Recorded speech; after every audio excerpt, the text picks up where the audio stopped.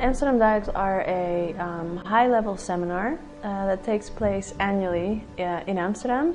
It's small and closed door. We aim to have 40 participants with a kind of practical experience that makes the debate not so much rhetorical but really more concrete. We focus during AD on two subjects and where they come together, namely peace and justice, what the tensions are, what the common ground is, and specifically we bring together people from different backgrounds who work on these issues. We do case studies during AD because it really helps us focus on the practical stuff. And it takes us away from the rhetorical back and forth in the debate. So it will really be about, in the DRC, for example, the ICC has indicted a particular individual. Is there somebody in the room who is speaking to that individual? What does that mean? What are the consequences to human rights activists that the ICC is active? Those kinds of questions we will discuss concretely.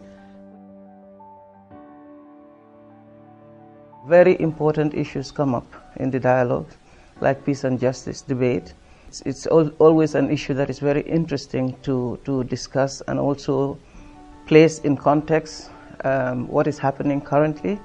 So this is important for the Office of the Prosecutor to be able to have those different views, those different ideas, and to deal with specific situations, because as you know, most of the time when we have these discussions, we also have the breakout sessions that deal with particular situations that the ICC Office of the Prosecutor is currently dealing with. Like in these current dialogues, we'll discuss again Colombia, we'll discuss Mali. So for us, it is really a very important forum to engage in these dialogues, to be able to participate.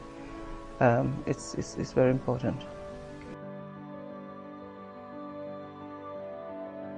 Well, these Amsterdam Dialogues, I think, have been very useful for the three organizations that work together. We work from all kinds of different angles, but on a lot of the same issues, at least in part.